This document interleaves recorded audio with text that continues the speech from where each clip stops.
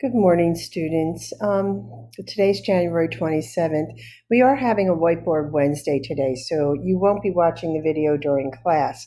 But I thought I would just make a quick video of the 10 problems I will be doing in class today for those of you who want to just revisit the information, or those of you who somebody might be absent or something like that. So it's just a quick video. Our Do Now prompt is about having your camera on in class, and we are comparing solving systems of equations using graphing or using substitution. So we're asking, are there times when either graphing or substitution might be a better way to solve a system of equations, and what is the advantage of each method? So as I said today, we're actually going to have a Whiteboard Wednesday today. So the video is really just something extra for you. I do like this exit ticket, though, where we compare graphing and substitution. So you do have a homework tonight. The homework is to complete the I love systems of equations on your own. It has hearts at the bottom, and I'd love you to color those as you find the solutions to the problems. The usual rules are in effect. No late turn-ins for Unit 5. We're getting you into the practice for success in high school. And just a quick reminder that map testing begins on February 4th and February 5th. And our Do Now today, people who bully and harass others are sometimes empowered by anonymity, by nobody seeing them, by not being seen. How can turning your camera on during class build a more accepting learning community? I do believe that we learn to be more tolerant when we see each other and when other people see us. And also we're a little more courteous, and I think we put a little more effort into our lessons. I think it's really important, even on distance learning, to get up early, get a shower, make your bed, fix your hair, do your makeup, whatever you usually do to leave the house. You should do that even from home, because you are getting ready to take on the day and you're planning for success. And turning your camera on gets you ready for the day and gives you a reason to get ready for the day, and it builds a sense of community. And I'd like you to respond to that right here. Okay, we'll get back to our exit ticket. Okay, graphing versus substitution. So I've got y equals x plus 6, y equals negative 2x minus 3. So I'm going to take the x plus 6 and substitute it where I have y in the second equation. So I will write it x plus 6 equals negative 2x minus 3. We're basically setting them equal to each other. You do a lot of that in geometry. I'm going to add, I have a negative 2x here, so I'm going to add 2x to each side of the equation, which will give me 3x plus 6 equals negative 3. And then I'll subtract 6 from both sides, giving me 3x equals negative 9, and I'll divide both sides by 3, and then x equals negative 3. Now I'm going to take the negative 3 and insert it. I'll use this equation right here, and I'll change the color just to keep us straight. So using the first equation, y equals, instead of x, I've got my negative 3 plus 6. So y also equals 3. So my solution, my x value is 3, my y is negative 3, my y value is 3. So let's take a look at the graph of this. I've made these graphs ahead of time. I don't know why they're all on. They should all be off.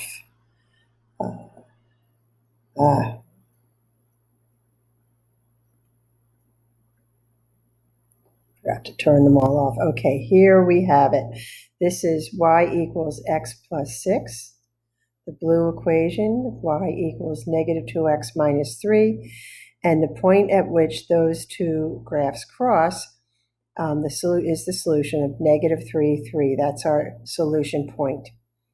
So we've proved it with the graph and also with our algebra. So number 2. We need to put number 2 into slope-intercept form, or we need to solve for x or y. We need to solve one of these for x or y, not both, just one of them. So I'll solve the first one for y, and when I do, that will be y equals 5x plus 5. All right, now that I've got a value for y, I'm going to insert it right there.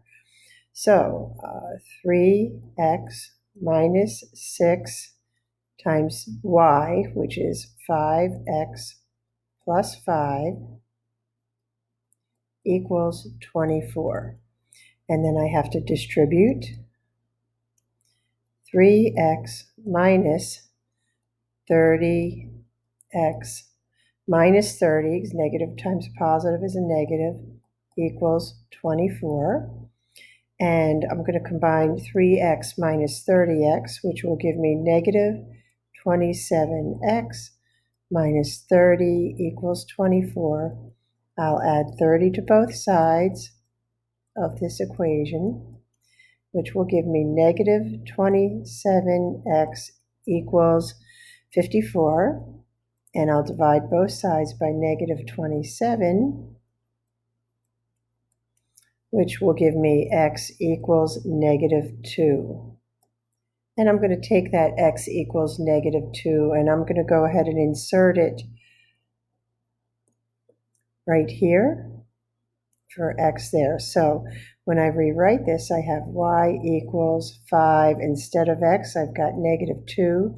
Remember to use parentheses both to keep it square with the negative, but also to show that we are multiplying here. It's not 5 minus 2. So 5 equals negative 2 plus 5. 5 times negative 2 is negative 10, and negative 10 plus 5 equals negative 5. So our final answer, our x value is negative 2, our y value is negative 5. And let's look at that graph. I've also graphed that as well. So I'll turn off the first two, and this is the next problem. And if we look right here, we indeed, negative 2, negative 5 is the solution of that system of equations. So let's go on to number 3. So I need to also put number 3, I need to solve for x or y, and I'm going to take the second problem and I'm going to solve it for x, in which case it will be x equals negative y plus 9. Y equals negative y plus 9.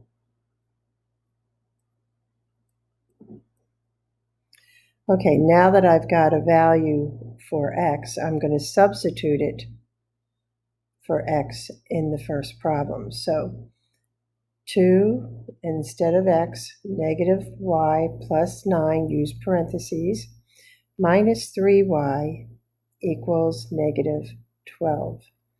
I need to, this is a 9 here, I need to distribute. Let me change the color a little bit. So distribute, so I have negative 2y. 2 times negative y is negative 2y. 2 times 9 is positive 18. Minus 3y equals negative 12. And I'm going to combine negative 2y and negative 3y to give me negative 5y plus 18 equals negative 12. Then I'll subtract 18 from each side of the equation. Negative 5y equals negative 30. And I'll divide by both sides by negative 5. And y equals positive 6. Now I'm going to take that positive 6 and I'm going to insert it right here for the value of y. I'm going to use the second equation. It's super easy. So, here I have x equals, I'll use the revised form, x equals negative y plus 9. So x equals negative 6 plus 9, and negative 6 plus 9 equals 3. So our final solution is an x value of 3, a y value of 6. And let's take a look at that graph on Desmos.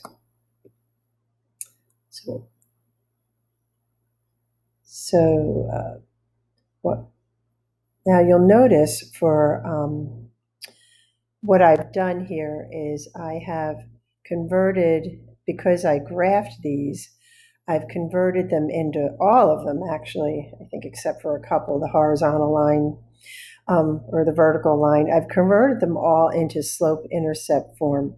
So the slope-intercept form of the first equation is y equals 2/3 x plus 4. And the slope-intercept form for the second equation is y equals negative x plus 9. But we have the correct solution of, let me get the cursor exactly on there, 3, 6. And you can see that that's the solution of the equation. All right, let's go on to number 4. And for number 4, I've got x equals negative 3. So we've already got that problem solved for x. So we're going to actually just take that negative 3 and I'm going to insert it for x in the first problem. So negative 3 minus 3y equals negative 15. So the next thing I will do is add 3 to both sides. So I'll isolate the negative 3y. So negative 3y equals negative 12. Then I'll divide by negative 3 so I can isolate y. And I'll have y equals 4. Okay, now that I have y equals 4, this problem already gave me x equals negative 3. So x equals negative 3 and y equals 4. If we have x equals negative 3, students, we're going to have a vertical line, right? This is a vertical line. Okay, so let's look at our graphs.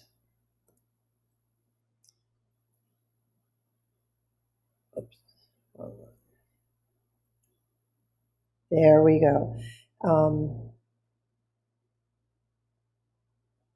Let me make sure I've done that right. X equals negative 3 and y equals, I do have a mistake there. This should be a 3, 1/3 x. So, sorry about that. Let me see if I can fix that while we're doing the video. That should be 1/3 x plus 5, not 1/2 x.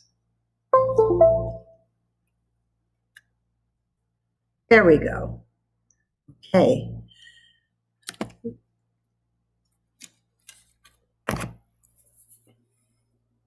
Okay, now let's look at our point. Sorry about that, miss. There it is. Negative 3, positive 4 right there. And you can see that x equals negative 3 is the blue line. That is, that's correct. I mean, when x equals a number, what we have is a vertical line with no slope. The slope is undefined. So let's go back and do the next problem. We're on number 5. And I'm already solved for y. So I can just go ahead and insert that right here where I have y. So let's do that. 6x minus 3, and I've got my substitution, 2x minus 4 equals 12. And the first thing I need to do is distribute, which will give me 6x minus 6x plus 12 equals 12. Okay, what's going to happen here, guys? 6x minus 6x will cancel each other out. 6x minus 6x is 0x. We don't write 0x, it's just gone. So that leaves me with 12 equals 12. And what's happening here is we have an infinite number of solutions to this system of equations. And let's look at the graphs. So, sorry, there we are. Oops, try again, third time's a charm. So I'm going to turn off these two graphs and turn on the next two graphs, and look what's happened. Okay, the first equation, y equals 2x minus 4, is in green. Do you see it? I can move it up a little bit. The second equation, 6x minus 3y equals 12, is in purple. And they are indeed the same line. So every single, see the purple got lighter when I took the green away. When I added the green, I believe it gets a little bit darker. Or the green goes on top there. There you go. Every single point on the line for the first equation is also a point on the line for the second equation. So that's how we get this infinite number of solutions. When you get to geometry, you'll learn a lot about the fact that a line is made up of an infinite number of points. All right, let's move on to number 6. So I'll work with the first equation and I'll solve for y. And when I do, y equals negative 2x minus 8. And I'm going to take the negative 2x minus 8 and substitute for y. So 3x minus 5 times the quantity of negative 2x minus 8 equals negative 25. First, I distribute 3x minus 10x. Oh, sorry, it'll be positive 10x. Negative times negative is positive, plus 10x. Negative 5 times negative 8 plus 40 equals negative 25. So let's combine 3x plus 10x is 13x plus 40 equals negative 25.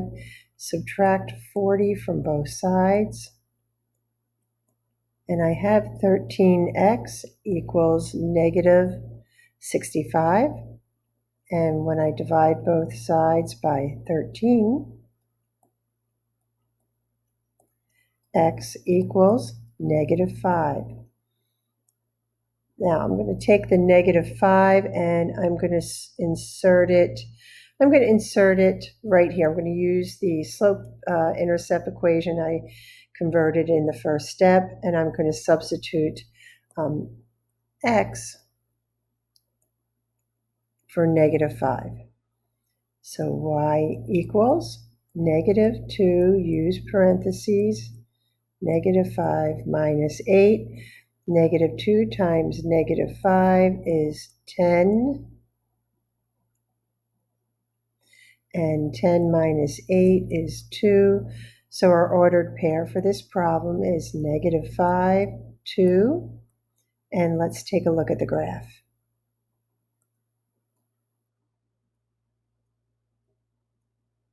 Okay, and here it is. Let me move it over a little bit for you. Y equals negative 2x minus 8. Y equals 3/5 x plus 5. And the solution to that equation is negative 5, 2. And you can see it right there. That's the point at the lines cross and intersect. All right, number 7. I think what I'm going to do with number 7 is solve this second equation for x. That'll be easy. When I do, I have x equals 3y minus 24. And now that I have a value for x, I will substitute it for x in the first problem. So 2 times the quantity of 3y minus 24 plus 9y equals 27. And I will distribute, and that will give me 6y minus 48 plus 9y equals 27. And I'll combine 6y and 9y, which will give me 15y minus 48 equals 27. I'll add 48 to each side.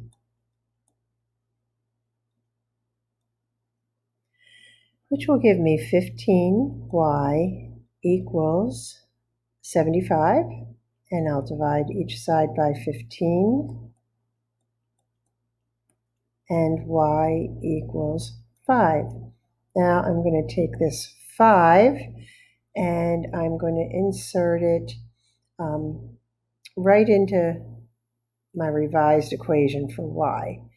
So x equals 3, use parentheses, y, 3 times 5, our y is substituted for 5, minus 24. 3 times 5 is 15. And our x equals -9, and our ordered pair is -9, 5. That's the solution for this system. And let's go to our graph.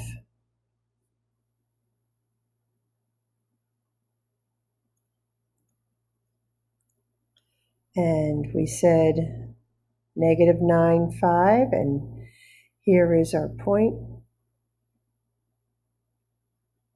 -9, 5 right there. And you can see those two graphs, the blue graph with the negative slope and the green graph with the positive slope. And moving on to number 8, I think what I will do here, and remember there's just a couple of ways to get to the right solution with these, but I always look for the easiest way. I'm going to isolate x in this first equation, which will give me x equals 2y plus 8. Let me just write a little more neatly.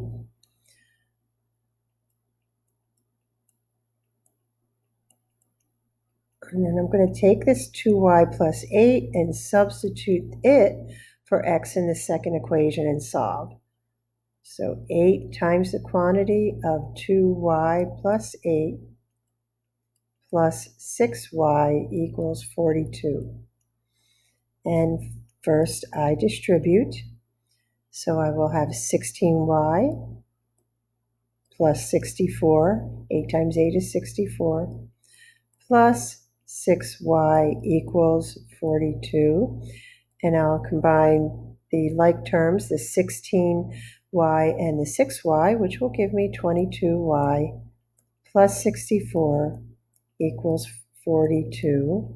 And I'll subtract 64 from each side of this equation. And 22y equals negative 22. So we can easily see that when we divide by 22, that our solution for y is -1. And now I'm going to take that -1 and I'm going to insert it, substitute it for the y in my revised equation. X equals 2 times -1 plus 8. So 2 times -1 is -2 plus 8, so x equals 6. And our solution is the point 6, -1. And let's take a look at the graph.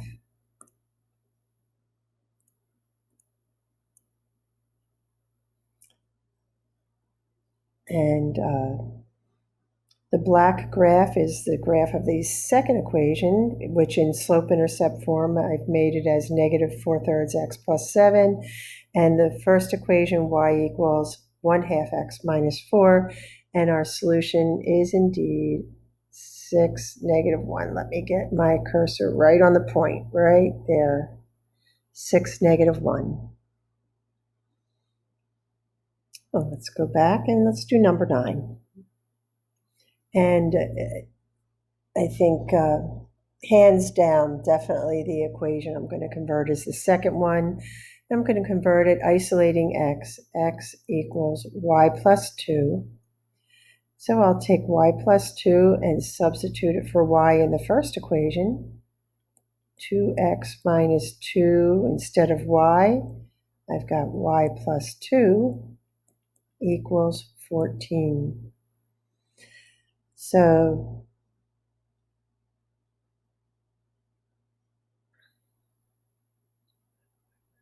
I just made an incorrect substitution.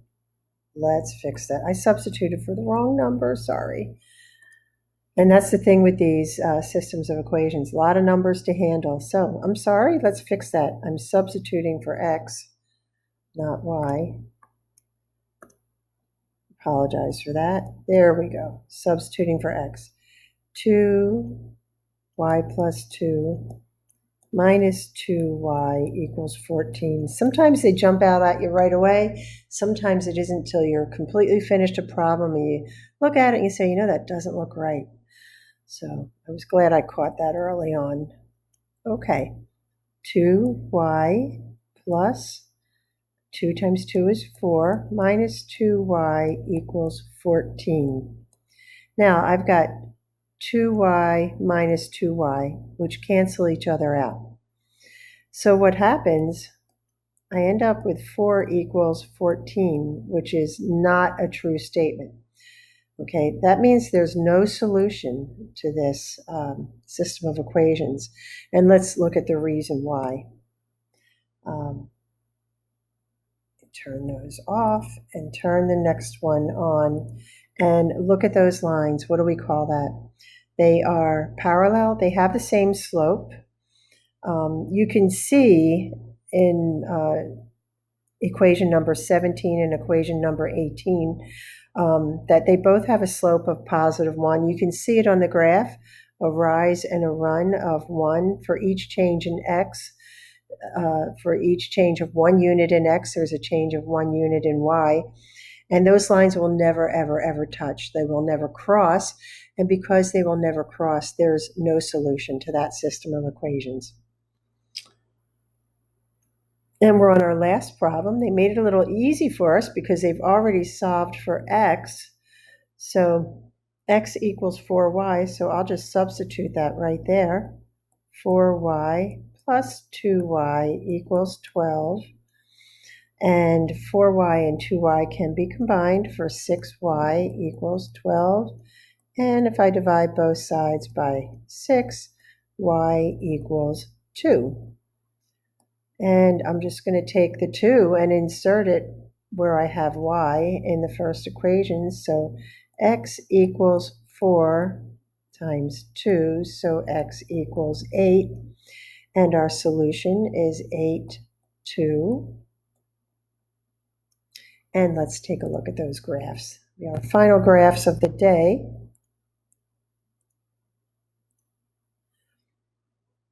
And our solution is 8, 2. Pretty Easter colors. So let's go back to our exit ticket. I'm just going to have more of a discussion with you. So the advantage of graphing is that you get a good visual representation. So when you're solving a real-world problem, how many rolls of wrapping paper and how many rolls of tape do I need to sell to have enough money to go on the band trip? It's really nice to have that visual to see what your goals are. However, graphing is not good for things like decimals and fractions. That can be really difficult because the increments in your graph might not be exact enough for you to visually graph them, especially if you're working by hand. So substitution is especially good for fractions and decimals.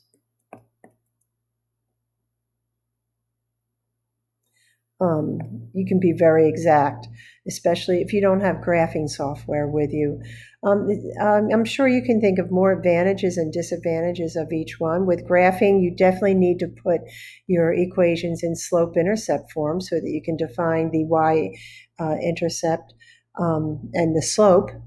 With substitution, you don't need your equations to be in slope-intercept form. So that's another distinguishing difference between the two kinds of solutions. So these are a little tricky. It takes patience and it takes practice. But As you do so, you'll be great.